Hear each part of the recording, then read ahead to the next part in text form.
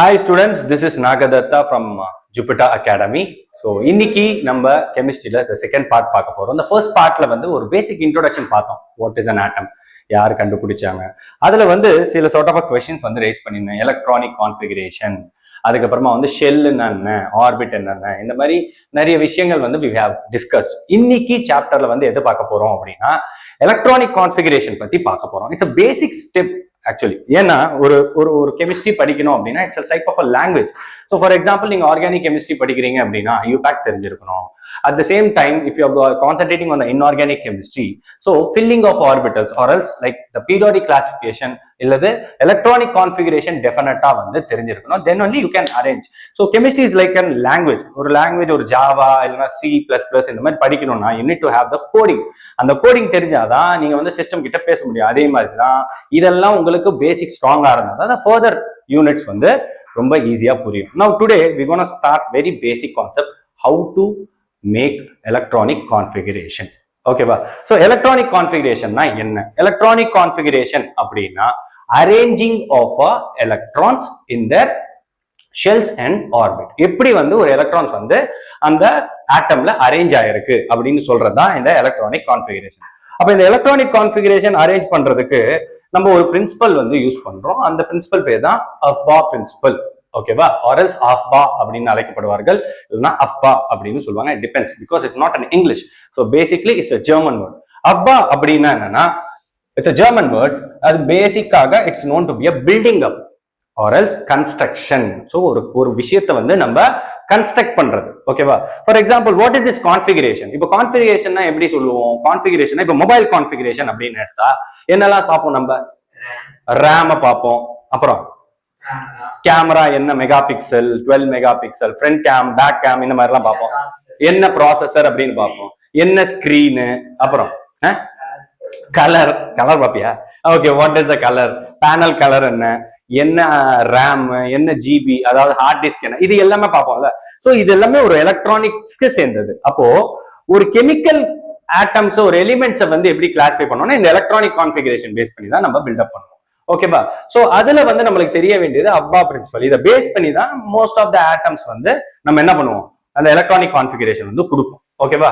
To know what இதோட பேசிக் definition என்னன்னா it is always it is electron always occupy the orbital from the lower energy and then the higher energy. இப்போ நம்ம எப்பவுமே electronic கான்ஃபிகரேஷன்ல பார்க்கும்போது we will always start from the s orbital, one shell இல்ல 1s 2s 2p 3p இப்படிதான் நம்ம construct பண்ணிட்டே போவோம். அதுக்கு அர்த்தம் என்னன்னா லாஸ்ட் கிளாஸ்ல நம்ம அந்த ஷெல்ஸ் பத்தி பார்த்தோம். நான் என்ன சொன்னேன்? k shell, l shell, m shell, n shell.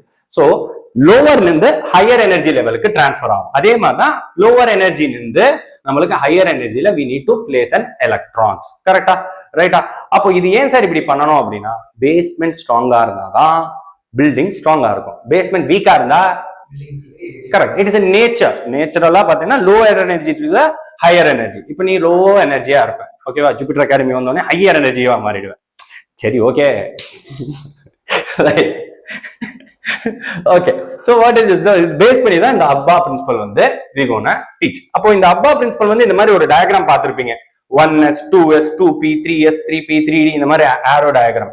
இந்த arrow diagram represent the filling of electrons. எப்படி வந்து ஃபில் பண்றது? அப்ப இந்த ஃபில் பண்றதுக்கு வந்து ரொம்ப காம்ப்ளெக்ஸா யோசிக்கணும்னா I'll tell you the mnemonic, the easier way to fill a orbital. ஓகேவா? ஃபர்ஸ்ட் s ஆர்பிட்டலுக்கு school, next school public, next school public school, அதுக்கப்புறமா டெல்லி பப்ளிக் ஸ்கூல் டெல்லி. இது என்னது? இது எப்படி, how it will work அப்படின்னா while arranging the electronic configuration it will work. எப்படின்னு பார்ப்போம். So firstly I want to know like s orbital, p orbital, d orbital, f orbital இவனுடைய carrying electron carrying capacity என்ன? Last கிளாஸ்ல last வீடியோல நம்ம என்ன பார்த்தோம்? s ஆர்பிட்டலுக்கு 2 எலக்ட்ரான்ஸ் வரைக்கும் தான் பார்த்தோம். p ஆர்பிட்டலுக்கு எத்தனை எலக்ட்ரான்ஸ் பார்த்தோம்? 6, d க்கு 10, f க்கு 14. கரெக்ட்டா? சோ ஒரு ஷெல்லுக்கும் ஒரு எனர்ஜி கெபாசிட்டி, அதாவது எலக்ட்ரான் கேரிங் கெபாசிட்டி இருக்கும். how to find out? அதுக்கு ஒரு சிம்பிளான ஃபார்முலா வந்து என்னன்னா 2n square. So n carries number of shell. For example, if I want to know n is equal to 1, இந்த 1 எதுக்கு போடுறேன்? So it's a first shell. First shell எவ்வளவு electrons வரைக்கும் கேரி ஆகும்? What is the formula? 2n square. அப்ப 2n square அப்படின்னா 2 into 1 square will gives you 2. 2 into 2, 1 into 1 is 1. 1 into 2 gives you 2. இதுவே second shell அப்படின்னு எடுத்தோம்னா n is equal to 2. அப்போ 2 n square பதிலா 2 square இது. அப்போ 2 square என்ன? 4 into 2.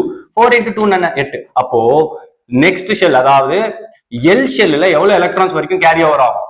8 எலக்ட்ரான் வரைக்கும் கேரி ஓவர் ஆகும். ஓகேவா? இப்போ இதெல்லாம் ஓகே, ஃபில்லிங் ஆஃப் எலக்ட்ரான்ஸ் இதெல்லாம். இப்போ how to arrange an electronic configuration, right? That we will see in a next class.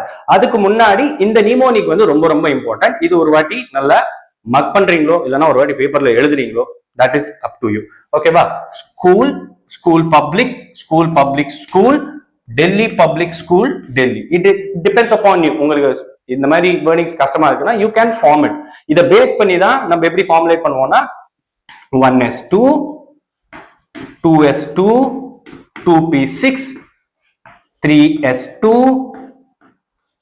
3s2, 3p6, 4s2 and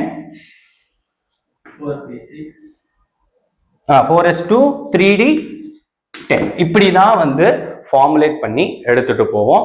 so அதுதான் school, school public, school public school, Delhi public, Delhi public school, Delhi. இப்படிதான் வந்து formulate ஆகும். So it is a easier way to remember it. ஓகேங்களா? So next வீடியோல we gonna see the example how we will solve by using this mnemonic. Okay, thank you.